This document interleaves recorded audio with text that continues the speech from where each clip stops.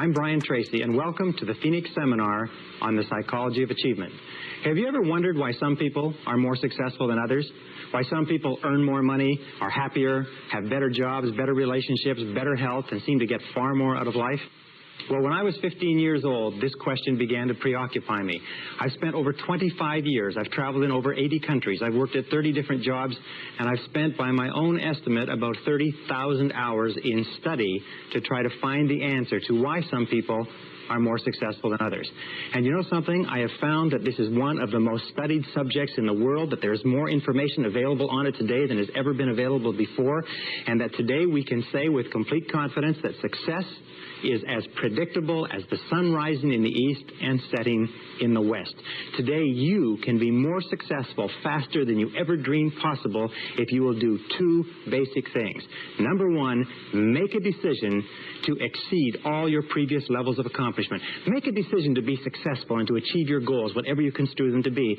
And number two, learn how. This seminar has been assembled in order to teach you how.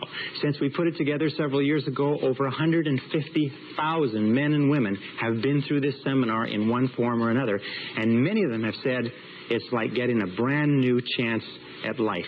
One gentleman said to us it was like getting a blank check on the future. We're going to teach you in the next few hours some of the most important things that have ever been found, that have been discovered and rediscovered, that go back 4,000 years into history, science, religion, metaphysics, psychology, philosophy, and all esoteric fields of study have come to the conclusions that we are going to talk about in this seminar. If you will just use some of the things you learn in this seminar, it can dramatically change your results for the better.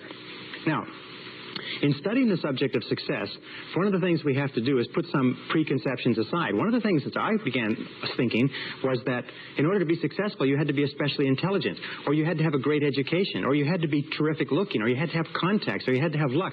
Do you know that these items have been examined thoroughly, and there's no correlation at all between success and intelligence, education, luck, contacts, and appearance? They are helpful in some cases, but there's no direct correlation. Success is based on other things. Now, before we go any further, let's talk about what we mean by success. When we look at the difference between animals and human beings, we find that animals have what is called a survival instinct. Animals work to get enough to eat, a place to sleep, to reproduce their species, and then they either hibernate and or die. Human beings have what you might call a success instinct. A success instinct means that human beings are driven internally to succeed, that it is as natural for you to be a success and to want to be a success as it is for you to breathe in and breathe out. That success, the drive to be and have and do and more, to fulfill your potential as a human being, is an absolutely essential part of your being, that we never are satisfied as long as we're alive. We always want to have more. We always want to be more. We always want to do more. The question, of course, is why is it that so few people achieve things in life? Let's talk about what the success instinct embraces. Now, I have looked at this for years and years, and in my estimation, success can be broken down and put under 7 categories. There are 7 ingredients of success, and if you have these 7, everything you could ever want in life can be put under one of these categories. So let's look at what we're talking about. Number 1, starting point of success, top of the hit parade throughout all of human history, is peace of mind.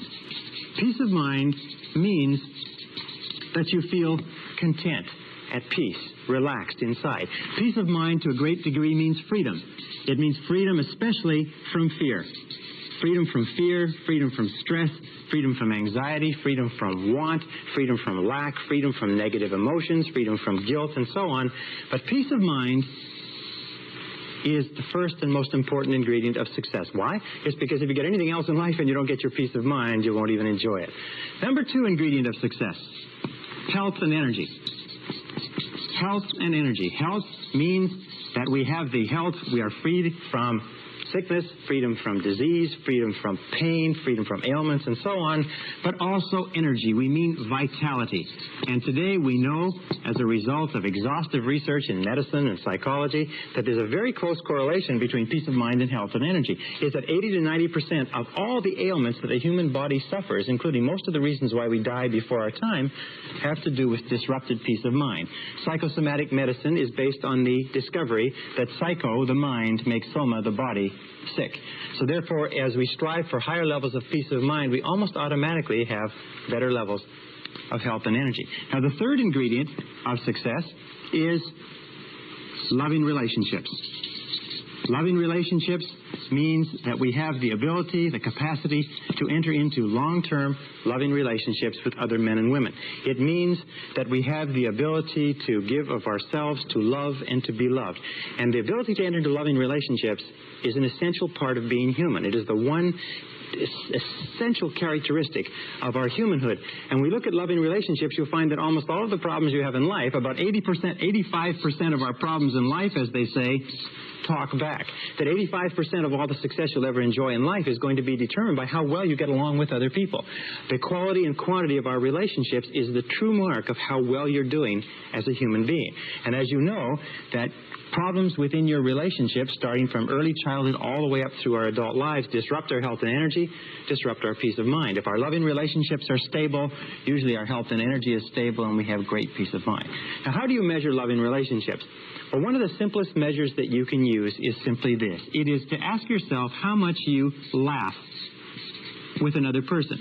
How much do you laugh? Because you will find that the first thing that enters into a happy relationship is laughter, and the first thing that leaves when the relationship starts to go sour is the laughter. Laughter, because it is a completely spontaneous expression of life, is the true mark of a healthy personality and a healthy relationship, as you know from your own experience. Now, number 4 ingredient of success is financial freedom. Financial freedom means that you have enough money so that you don't worry about money. Now, some people have a tendency to say, well, success is just simply a matter of money and they're not interested in money. But the fact of the matter is that money is important. It takes money to buy clothes and books and to go to school and buy medical attention and to travel and to have all the good things in life. And every one of us, in order to be a success, has to reach the point where we know we have the capacity to earn enough money so that we don't worry about money. We have to reach the point where we can turn our minds to other things, higher things, to our relationships, to our health, to the improvement of our minds, to the expansion of our emotional and our spiritual life. But we all have to have the ability to earn more money. And the great majority of people, unfortunately, don't earn enough by their own estimation. In this course, you're going to learn how you can earn virtually all the money that you want in the course of your lifetime if you're willing to make the efforts and to pay the necessary price. Now, the 5th ingredient of success is worthy goals and ideals. Worthy goals and ideals. Sometimes when we talk about ideals, we mean values. And we know that values really lie at the core of the human being. What your values are determines almost everything that happens to you. Worthy goals and ideals are what give us a sense of meaning and purpose. Dr. Viktor Frankl, the founder of logotherapy, concluded after a lifetime of research that we as human beings need meaning and purpose. We need significance. You need to know that you're doing something that's important. You need to know when you get up in the morning why you're getting up. You need to believe in what you're doing. You need commitment. You need involvement. You need dedication. You need excitement in life. So therefore, worthy goals and ideals are critical. And worthy goals and ideals, of course, that are consistent with your values. What we have found, unfortunately, is probably 80% or more of people have little or no values. They have no sense of direction. They just wander. They do whatever someone else wants them to do. And this is a major problem that contributes to unhappiness. The 6th ingredient of success is self-knowledge, self-understanding. Self-knowledge, self-understanding. What does this mean? Well, it means that you know and understand who you are, why you do the things you do, what makes you tick. It also means that you have self-honesty. It also means that you have the character and the courage to face yourself honestly and squarely. As Shakespeare said, warts and all. You have the honesty to face your strengths and weaknesses. You have the honesty, if you like, and the integrity to look into yourself to fully understand why you do what you do. What makes you tick? And in this seminar, by the way, we're going to give you an enormous amount of information on why you are the way you are and how you can change it in a very positive way if you're not happy with it. Now, the 7th ingredient of success is really a result, and it is a sense of personal fulfillment. It is a sense of personal fulfillment, what Abraham Maslow called self-actualization. Self-actualization is the feeling that you are becoming everything that you're capable of becoming. Self-actualization means that you feel every single day that you're moving toward the fulfillment of your inherent possibilities. And self-actualization comes as a result of having worthy goals and ideals, having loving relationships, having a high degree of self-knowledge and self-understanding, which generates health and energy, peace of mind, loving relationships, and so on. Now, the interesting thing is, the tragedy is the great majority of men and women today achieve so little. On a score of 1 to 10 in terms of human potential, the average person is functioning at far, far below what they're capable of. On a score of 1 to 10, the average person is scoring perhaps 2 or 3 on most of these scales. 84% of people working today are underemployed in that their jobs do not fully tax their abilities and their potential. 80% would rather be doing something else. In a study of married couples, what we found was that 38% of married couples would rather be married to someone else. We've also found that the great majority of people in our society, after a lifetime of well-paid work, retire broke. They retire poor, they retire on pensions. Only 1% become wealthy, only 5% become financially independent, 15% have some savings, and 80% are dependent on others. The average savings, lifetime savings of a retired couple in America or Canada today is less than $60,000. That's after earning between $500,000 and $1 million in an average working lifetime. Well, why is this? The number one reason is that we come into this world without an instruction manual. You can go through your entire education and never be taught anything about success. I personally believe that there should be a course on success in every single grade level, in every single school, in every single college and university. We come into the world like a computer. If you can imagine a computer, imagine that you bought this beautiful, sophisticated computer and you took it home. And you took it out of the box and you set it up, but you had no instruction manual. That you had to figure out how to work out this computer all by yourself. Or imagine a combination lock, being given a beautiful combination lock that is on a box that contains everything that you'd ever want, but you don't know the combination. We come into the world with no instruction manual, and we spend our whole lives trying to figure out how to do things right. Well, the key to success is, first of all, what we call understanding, learning how to do things right. And this course is an instruction manual on success. You'll be able to get more out of yourself as a result of this course that you can possibly dream of today. The second ingredient is E, which requires effort. There are many people, as you know, lifelong students who study and study and study, but they never make the necessary or the correct efforts. The middle point is a multiplication sign, and understanding multiplied times effort equals results. In this course, what we're going to do is we're going to dramatically increase your understanding. We're going to give you the tools to dramatically increase the effectiveness of your efforts, so you're doing not only things right, but you are doing the right things, and you're going to dramatically increase your results.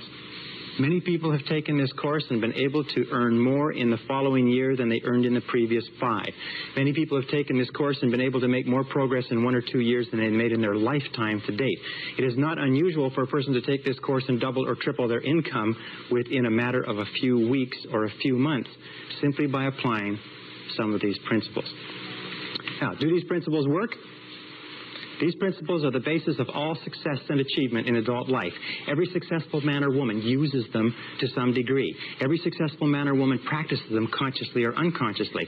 What we've done is we've developed them together in this seminar program as a system, very much like a process of learning anything, that if you will take it, if you will use it, if you will apply it systematically, if you will put it into action and you'll work with it consistently for even a short period of time, you're going to start to see changes that are absolutely marvelous. It is my contention that you can be, have, or do anything that you want in life. You can grow and expand and fulfill your potential. You can earn more money. You can have greater peace of mind. You can have more health and energy. You can have better loving relationships. You can have financial security. You can have a sense of personal fulfillment. You can have a great feeling of peace inside simply by following what's in this course. So please come with me. Let's go and let's begin to explore everything that you're capable of doing. Let us look at what you may be in terms of your future.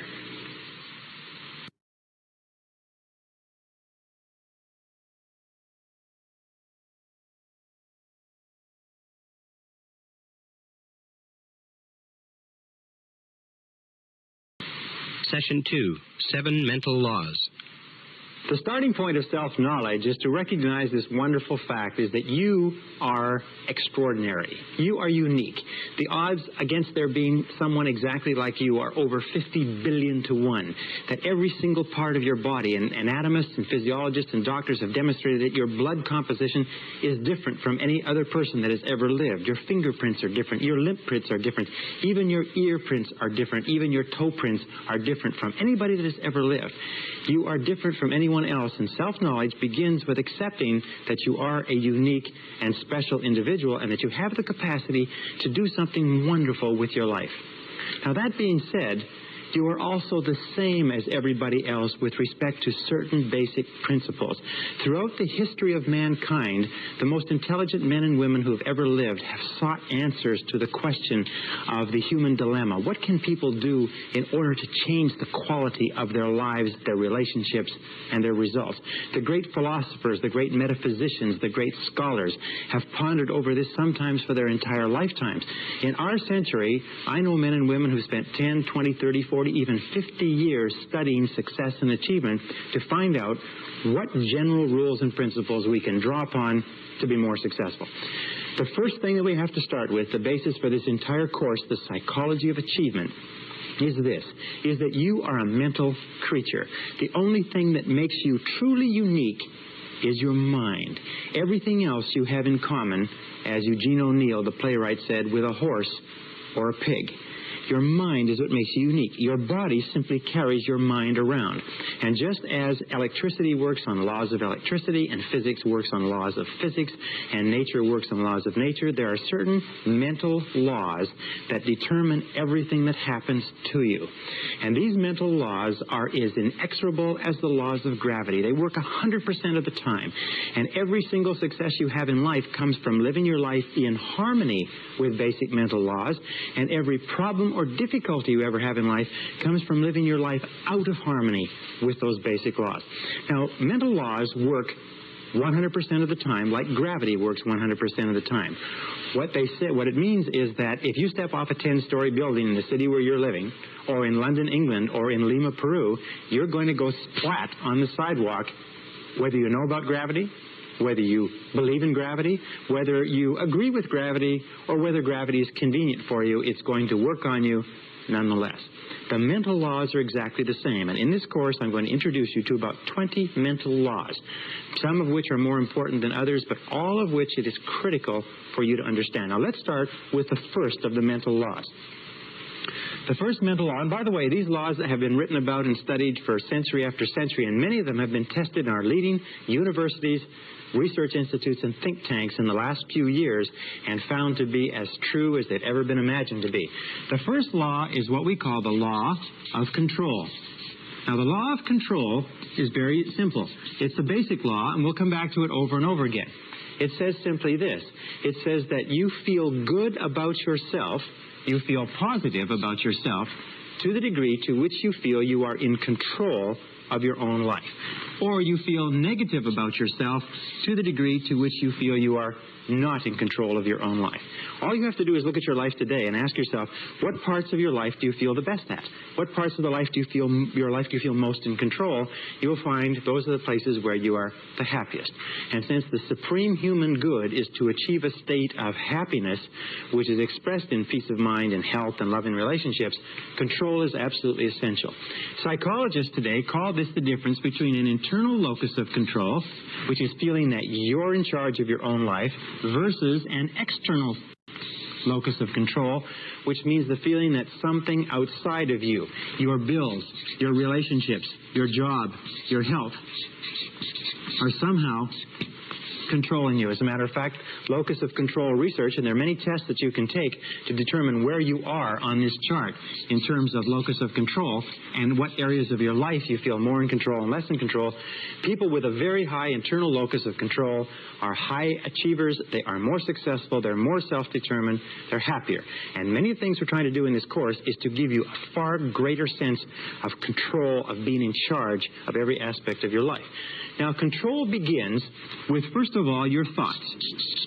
Interestingly enough, your thoughts, what you think about things and how you think, determines your values. It determines what is going on inside you. Once they are stored away, your thoughts determine your feelings.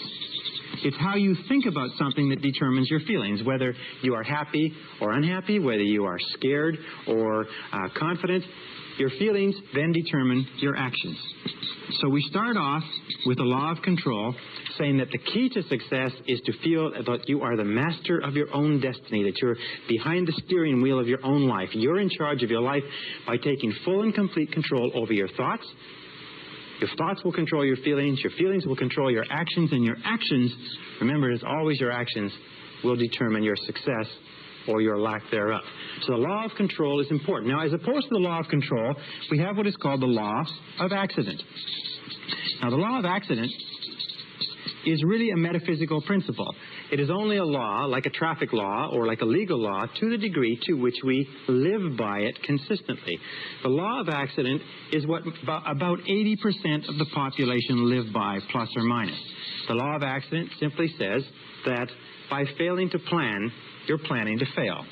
Failing to plan is planning to fail.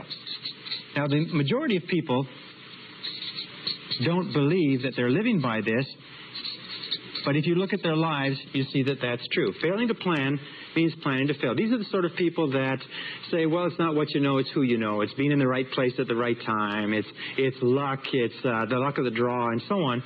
These are people who, as a result of feeling that their life is controlled by forces outside themselves, don't have clear plans, don't have clear goals, are not working persistently and consistently day by day toward accomplishing something they want, and their lives just seem to drift and go around in circle like a ship without a rudder. Now, a person, just like a ship without a rudder, a person with no central plan is a person who has very little control. Is a person who feels that, in fact, they are out of control of their lives, like they're falling through space with no place to stop. And these people are invariably unhappy. The reason why people are negative today, the reason why people are unhappy, the reason why people are sick and frustrated, the reason why people underachieve in life is most of them are living by this law of accident. And in so doing, they have no sense of control over their lives, they have no sense of inner peace, they have no sense of happiness, and so on. So we are going to show you how to free yourself from the law of accident personally or permanently. Now, the next law is what is called the law of cause and effect.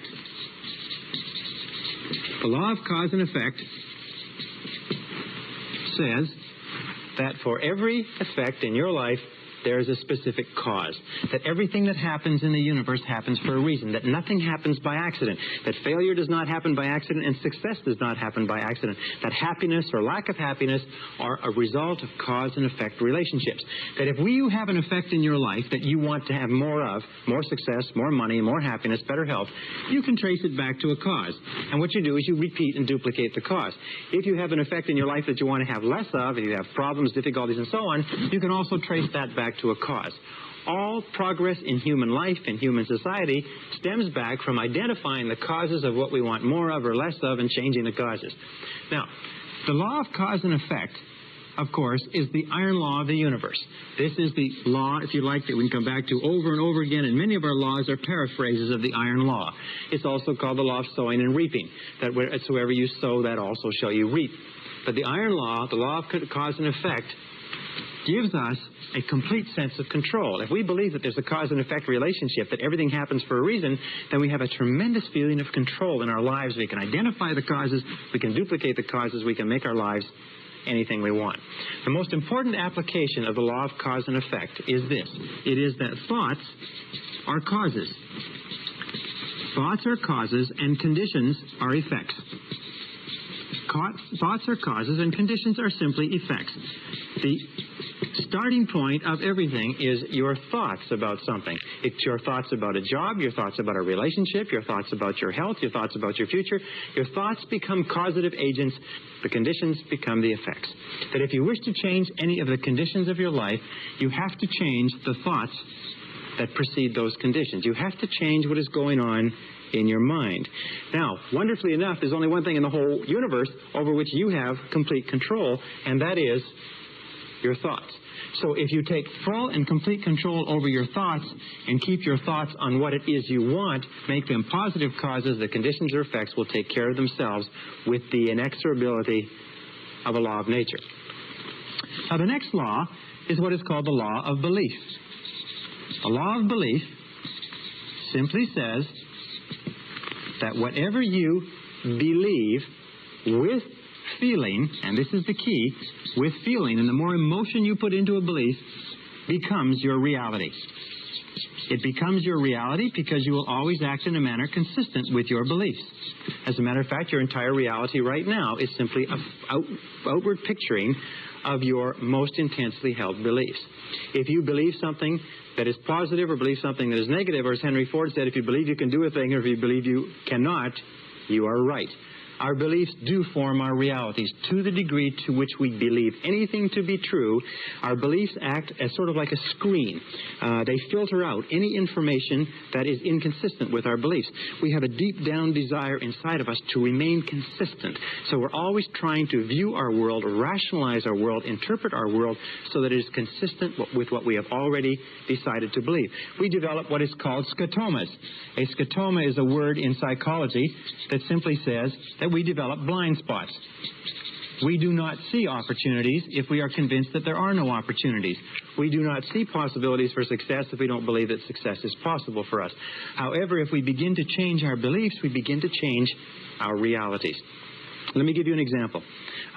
There's a story of a young man who came from a small Midwestern town. It's a true story. It was reported in the psychological journals a couple of years ago. He got straight A's all through junior high school and high school. At the end of the 12th grade, he wrote his Scholastic Achievement Test to go to university. A few weeks later, he got back a letter from the university saying, "You have scored 98 on the Scholastic Achievement Test, and you're hereby admitted to the university for the fall semester." Well, he didn't know very much about Scholastic Achievement Tests, and he thought that the 98 was an IQ score.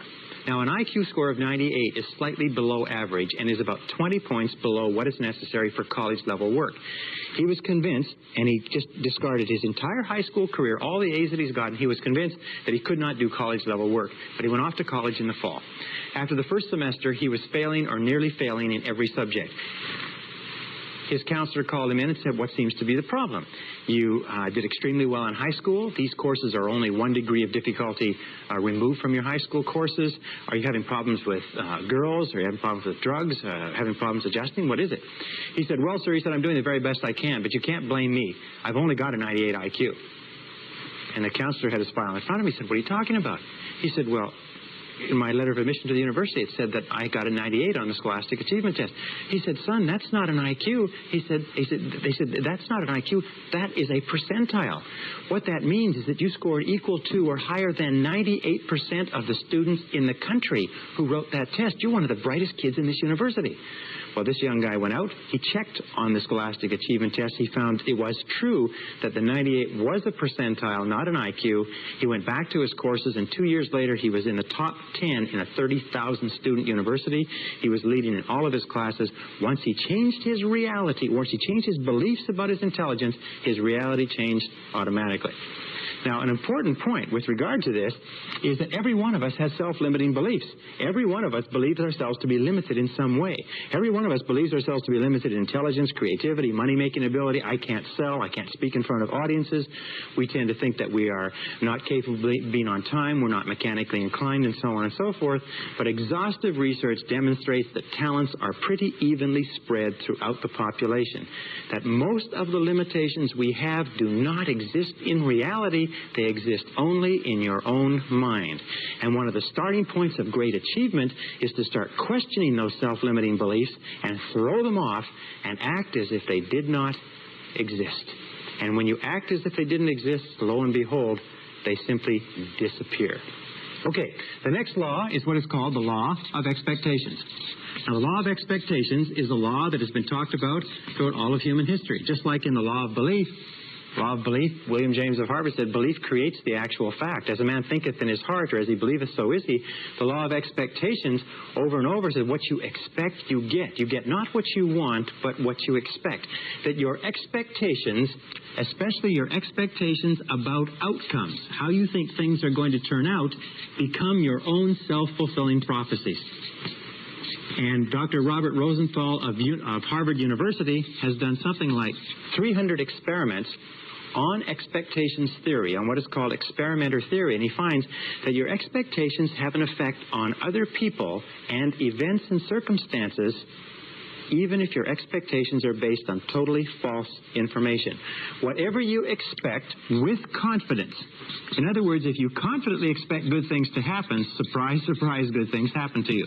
If you confidently expect negative things to happen, then negative things are going to happen to you. That most successful people have developed an attitude of confidently expecting good things to happen. It's called the attitude of positive self-expectancy. It is the attitude of the winner. The winner looks for good things to happen. The winner expects to win in advance, and lo and behold, whatever you expect with confidence tends to come true, even if the information upon which your expectations is based is totally false. Now, let me give you an example of expectations.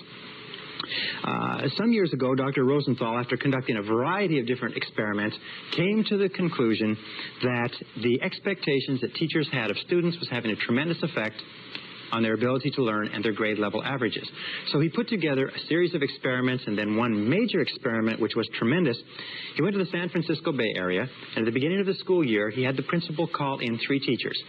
The 3 teachers were told that by the principal, as a result of teaching excellence, they had been singled out as the 3 best teachers in the school, and that they were going to be given 30 students each of the brightest students in the school identified by IQ tests at the end of the last semester. They would be able to teach these students for the entire year, and it was estimated by experts that these students would jump in scholastic achievement an average of 20 to 30% over the course of that school year. Now, the teachers were told that one of the conditions was that they mustn't tell the teachers, they mustn't tell the students, and they mustn't tell their parents. They must continue to teach the same way, and classes were carefully monitored to make sure that they taught the same way they taught before, but only they would know that they had been given 30 bright students each to teach for the whole year. The teachers were delighted. The teachers went out. They were excited about this. They worked hard with those students. They spent time after school with them. They got really, really involved in teaching more than they ever had before. And at the end of the school year, lo and behold, those 3 classes led not only the school, but the entire school district in academic accomplishment. At the end of the year, they called the 3 teachers in. They sat them down and they said, well, you've had a good year. And they said, yes, well, it was great. Those kids were so bright. They were so eager to learn. They said, well, maybe we should tell you the truth, that this was an experiment. And the fact is that the beginning of the school year, we selected the names of 90 children by lottery from the school population at large and assigned them to your class. We didn't even know what their IQs were. They said, well, that's remarkable. Well, how could it have happened that they did so well? And then they looked at each other and said, well, of course, it's because we are the 3 most excellent teachers in this school. They said, well, the other side of it was simply this, is at the beginning of the school year, we put all the teachers' names in a hat, and yours were the first 3 names that were drawn. So this is what is called a double-blind experiment. They held constant for everything but expectations. Now, the expectations on the teachers were explicit. We believe that you are excellent teachers. The expectations of the teachers on the students were implicit. They were never spoken. The teachers just treated those students as though they were really intelligent, and the students bloomed and blossomed. And in one of the classes, a student from beginning of the year to the end of the year jumped 25 IQ points. In a subsequent experiment, a student jumped as much as 27 IQ points, which is to prove that high expectations teachers bring out intelligence in students that is completely unheard of. Marva Collins, the famous teacher in the Chicago inner city, has found that if you treat students as though they're intelligent and talk to them and work with them as though they are really bright, they will absolutely astonish you in terms of academic accomplishment. All right, this brings us to the critical role of expectations in your life.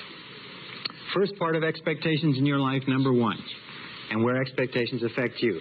Expectations of your parents.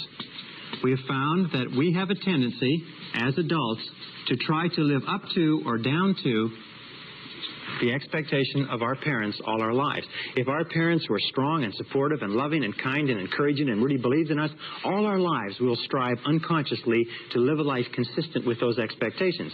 If our parents were critical and condemnatory and bitched and complained and griped about our grades and so on and so forth, we will find that all of our life we'll have a tendency to hold ourselves back. So be alert to that. What were the expectations of your parents? Were they positive? Were they negative? Were they boosting or were they discouraging? And how much are they affecting you today? Second area of expectations is the expectations of your boss. In all of our studies, we have found, especially in the studies on excellence in organizations, we have found that high expectations, bosses have high performance work environments. Now, if you work for a boss who's negative, critical, and condemnatory, if you work for a boss that has negative expectations or a negative attitude, chances are your performance will be at the very lowest. As a matter of fact, if you look at the course of your working career, you'll find that the times of your life that you've enjoyed the most is working under a boss that has high positive expectations of you and your ability. Isn't that correct? The third area of expectations is the expectations you have of others, especially of your children, especially of your spouse or your mate, especially of your subordinates or the people who look up to you. You see, we are profoundly affected by the opinions of anybody we respect, by the attitudes toward us of anybody we respect. And if you have high positive expectations of the people around you, especially your children, they will rise to fulfill those expectations. So the basic rule with regard to this is always expect good things of other people. In word and deed, tell them continually, I believe in you. And number 4 area of expectations is the expectations you have of yourself. In the final analysis, these are the most powerful. If you have high positive expectations of yourself, you'll be astonished at what it will mean to your life. Always expect the best. Always expect the best. And here's a little exercise which I learned from one of my graduates, one of our live seminars. He found that by starting off every day with this simple little exercise and saying to himself, I believe something wonderful is going to happen to me today. I believe something wonderful is going to happen to me today. I believe something wonderful is going to happen to me today.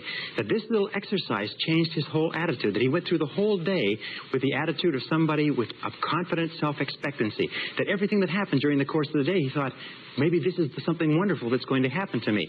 And you know that if you will do this, if you will say before you go to sleep, I believe something wonderful is going to happen to me tomorrow. And if you'll say when you get up in the morning, I believe something wonderful is going to happen to me today. And if all day long you say, I believe something wonderful is going to happen to me, you'll find that as you go to sleep the next night, and try this today, it's a very powerful exercise. It sounds a little bit corny, but it's a very powerful exercise. If you'll try it, you'll find that when you go to sleep, you will not be able to think of all the wonderful things that happen to you. You'll just be surprised that your parking spaces will open up and friends will call and you'll get checks in the mail. Just your life will be a series of really positive, happy experiences. So always expect the best. I believe something wonderful is going to happen to me today, and by the inexorability of a law of nature, it's going to happen to you. I can assure you it's happened to thousands and thousands and thousands of our graduates who will literally astonish you the effect of this corny little exercise. All right, the next law is what is called the law of attraction. Now, the law of attraction simply says that you are a living magnet. You are a living magnet. And that you inevitably attract into your life the people and circumstances that are in harmony with your dominant thoughts. In the universe, we know that all of energy is in a state of vibration. That everything is vibrating. Even this board is vibrating. Your skin is vibrating. Every substance is vibrating because of its molecular structure. And we also know there's a law of radiation, that everything is vibrating outward, the process of entropy. And we find that whatever you are thinking, your thoughts are also a form of energy that is vibrating and radiating out from you and that travels at the speed of light so that you can affect people and circumstances at great distances. Have you ever had an experience where you're thinking about somebody and the telephone rings and it's them? Have you ever had an experience where you phone somebody else and they say, we were just talking about you? It just leaps into your mind?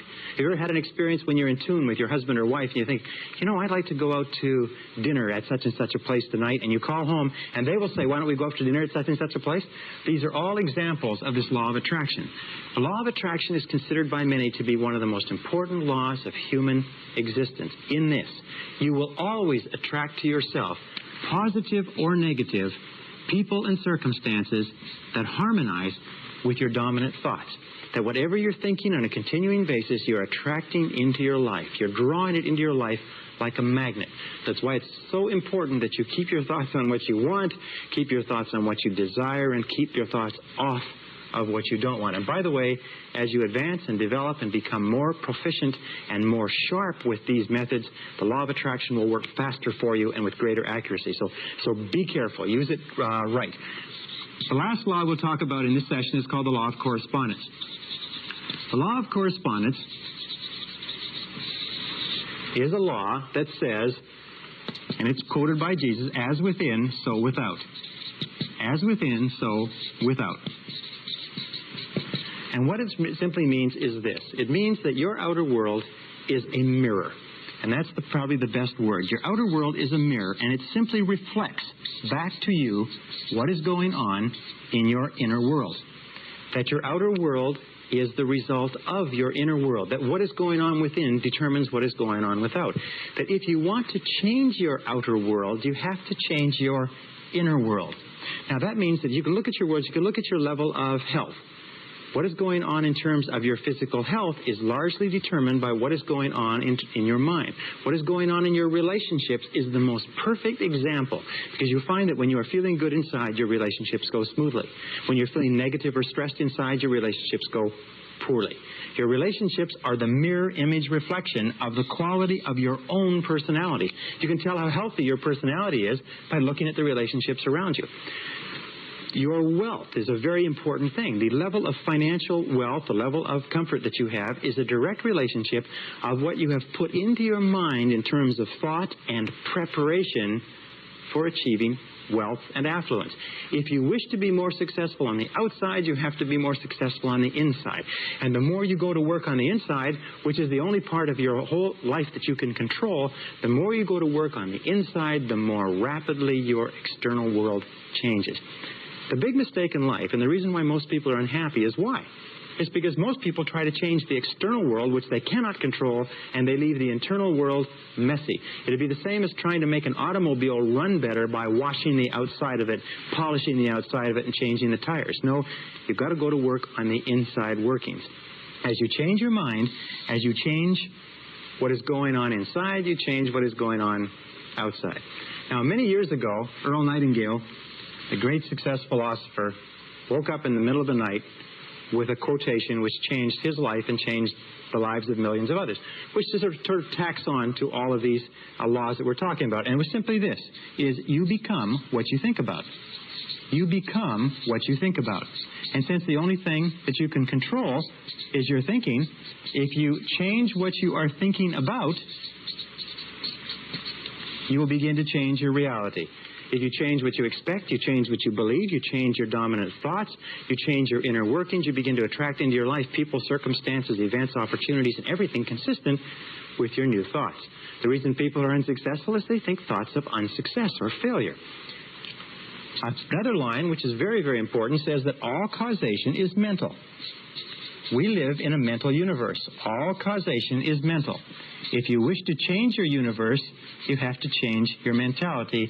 And this brings us to the most important line of all, which is simply this. And let me write it over here. If you change your thinking,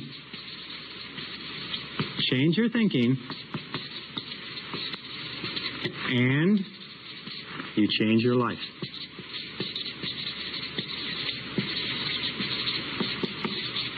Change your thinking, and you change your life. Now, over the course of years, you have accumulated and gathered an enormous amount of information. You've accumulated and gathered an enormous number of experiences, some of them positive, some of them negative. Every single one of them is stored away. Every single one of them is having an effect on what is happening to you right now. In the New Testament, Jesus had a beautiful line, which I refer to and I think about all the time. He said, "By their fruits you shall know them." And what it simply meant was that you can tell what is going on inside the person, what the fundamental character and thought life of a person is, by looking at the fruits of their external life, by looking at their health, looking at their relationships, looking at their levels of success. If you change your thinking, you change your life. And as we proceed through this course, we're going to show you systematically how you can change your thinking and bring it into perfect correlation inside with the type of successful, happy, dynamic, vital, living, successful life that you desire on the outside.